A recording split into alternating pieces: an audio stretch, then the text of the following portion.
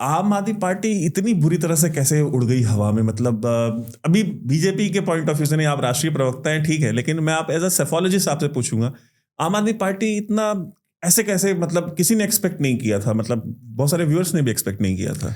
वैभव जी, आपके podcast channel पर दूसरी बार आप मुझे जोड़ रहे हैं, बहुत बहुत धन्यवाद। मैंने बहुत कम podcast interview before the election दिए थे और पहला जो दिया था वो आपके साथ दिया था, क्योंकि जो आपके दर्शक है वो काफ़ी सीरियस व्यूअर्स हैं। पहली बात तो मैं कहता हूँ कि इस देश में एक ही व्यक्ति जो है वो नैरेटिव शेप कर सकता है, बना सकता है, और जिसको दुनिया में इतनी क्रेडिबिलिटी कि जो वो कहे, जिनके कहते हैं जिनके शब्दों में सरस्वती माँ है, उनका नाम है आदरणीय प्रधानमंत्री नरेंद्र मोदी जी। आप कितने भी कार्यकर्ता के रूप में नैरेटिव बना दो, बट अल्टीमेटली मैटर सिर्फ और सिर्फ लीडर करता है। तो मेरे हिसाब से ये 27 साल बाद हमारी पार्टी जो जीती है, इसका अगर किसी एक व्यक्ति जो डिसाइडिंग फैक्टर है वो सिर्फ प्रधानमंत्री नरेंद्र मोदी जी, और मैं आपको प्रूव करूंगा कैसे, और आपका उसी के साथ मैं सवाल का जवाब दूंगा। देखिए, किसी भी चुनाव को जीतने के लिए वैभव जी एक बेस वोट चाहिए रहता है।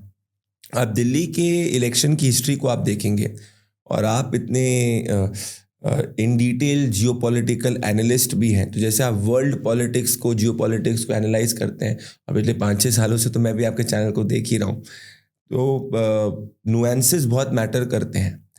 तो दिल्ली का चुनाव हिस्टोरिकली एक ट्राइपोलर चुनाव हुआ करता था, जिसमें 32-33% वोट शेयर पे आप सरकार बना देते थे। 2013 के बाद से उसमें चेंज होना शुरू हुआ, और 2015 में आम आदमी पार्टी को कंप्लीट मेजॉरिटी मिली और 67 सीट्स मिली, और वो 60% तक वोट शेयर तक पहुंच गई। अब कोई भी पार्टीज जो हिस्टोरिकली ट्राइपोलर कॉन्टेस्ट लड़ती आई है, उसके लिए एक न्यू एरिना होता है, और अरविंद केजरीवाल जी को पूरा वोट अन्ना हजारे जी की क्रेडिबिलिटी पर कि भाई हम राजनीति बदलने आए हैं, उस पर मिला था। कांग्रेस पार्टी का पूरा वोट अरविंद केजरीवाल को ट्रांसफर हो गया था। भाजपा का तब भी 32% का वोटर था ही, बट एक बाइपोलर कॉन्टेस्ट में 32% से आप सीट्स नहीं कन्वर्ट कर सकते, इसीलिए बीजेपी डिप नहीं हुई थी। कांग्रेस कंप्लीटली वैंक्विश होकर आम आदमी पार्टी को लार्जर वो वोट मिला और फ्लोटिंग वोटर भी मिला। तो लोगों को लगा कि अरविंद केजरीवाल जी डिलीवर करेंगे। 15 से 20 के बीच में उनका कार्यकाल हुआ। 20 के बाद से फिर 20 के अगेन वापस से कांग्रेस पार्टी 4% के वोट शेयर पे थी, और भारतीय जनता पार्टी ने उस इलेक्शन के अंदर बखूबी वो चुनाव लड़ा था, और पहली बार हमारा 1993 के बाद से सबसे ज़्यादा हाईएस्ट वोट शेयर आया था, वो है 38.5 या 6 if I am not wrong.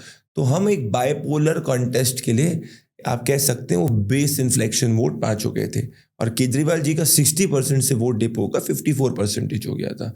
तो जितने एक यूफोरिया अरविंद केजरीवाल जी का था, वो रिलेटिवली कम डाउन हो गया था। परंतु 20 से 25 में उनका जो पूरा शासन था, उसमें वो ना साफ पीने का पानी दे पाए थे ज़मीन पे, ना वो दिल्ली के अंदर कूड़े का ढेर ठीक कर पाए थे, ना वो सड़क दे पाए थे, मोहल्ला क्लिनिक में भ्रष्टाचार था, और उन्होंने शीश महल बनाया था। तो कैसे मान लीजिए भारतीय जनता पार्टी का कोर बेस क्या है? हम हिंदुत्व हमारी आइडियोलॉजी है। कांग्रेस पार्टी की आइडियोलॉजी क्या है? तुष्टीकरण उनकी आइडियोलॉजी है। ऐसी अरविंद केजरीवाल आए थे वादा करने के लिए ऑनेस्ट पॉलिटिक्स की, पर वो सिंबल बन गए भ्रष्टाचार का, जब उन्होंने कोरोना काल में अपना 52 करोड़ का शीश महल बनाया और जनता के पैसे से लूट कर उसको बनाया, और वो ग्राउंड पे उनकी मॉरल क्रेडिबिलिटी लॉस का एक बड़ा, कह सकते हैं आप, टर्निंग पॉइंट था। उसके बाद शराब घोटाले के अंदर वो जेल रह के आए, और दिल्ली में गली गली उनकी शराब नीति के कारण शराब की दुकानें खुली।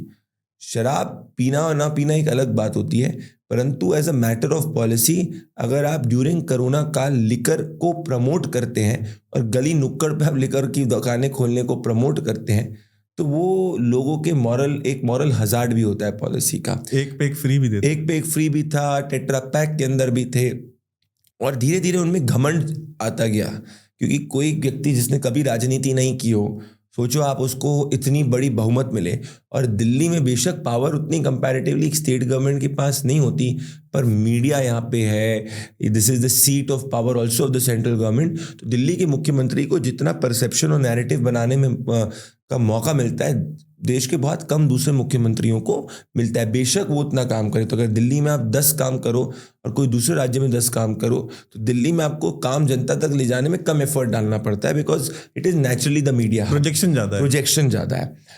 पर तो वो जो 20 से 25 में उनमें बहुत भयानक गुस्सा ज़मीन पे डेवलप हुआ। प्रधानमंत्री मोदी जी की क्रेडिबिलिटी हमेशा से टॉप नॉच रही है, और फिर हमने जो कैंपेन करा और जो कैंपेन के नैरेटिव को शेप करने का प्रयास किया वो ये किया कि भाई हम अल्टीमेटली दिल्ली की जनता की मूलभूत सुविधाओं पे चुनाव को लड़ेंगे। तो आदरणीय अध्यक्ष जी, आदरणीय गृह मंत्री जी, प्रभारी जी, प्रदेश अध्यक्ष जी, सब ने आदरणीय प्रधानमंत्री मोदी जी की लीडरशिप के अंदर इस चीज़ों को गो अहेड दिया कि भाई हम साफ पीने के पानी पे लड़ेंगे, यमुना मैया के उस पर लड़ेंगे। और अरविंद केजरीवाल एक के बाद एक गलतियां भी करते गए, और जब उन्होंने कहा कि भाई यमुना में जहर जो है हरियाणा मिला रहा है, that hit the conscience of the people. और फिर अगर आपने तीनों पीएम की स्पीच रैलीज को देखा होगा और हमारे सभी नेताओं की रैलीज को देखा होगा, एवरीबडी वाज आस्किंग कि भाई केजरीवाल पहले ये कहते थे अपने बच्चों की सर की कसम खा के मैं बड़ा बंगला गाड़ी नहीं लूंगा, अब शीश महल में 52 करोड़ के भ्रष्टाचार में है। वो कहते थे कि भाई 10 साल में 10 बार बोले कि अगर यमुना मैया को साफ नहीं करी तो वोट मत देगा, देखो यमुना माँ को साफ नहीं करी। दिल्ली में 10 साल में उन्होंने साफ पीने का पानी नहीं दिया, पर अपने शीश महल में आरओ के पास से साफ पीने का पानी उन्होंने पहुंचाया। तो that had hit the people on the ground. और जो मिडिल क्लास वोट पिछली बार उनके साथ में था, इस बार बजट में इस तरीके से ओवरऑल अगर आप देखेंगे, जो मिडिल क्लास की हमेशा से एक कंप्लेन रहती है कि भाई बजट मिडिल क्लास को ध्यान में रखकर नहीं बनाया जाता है।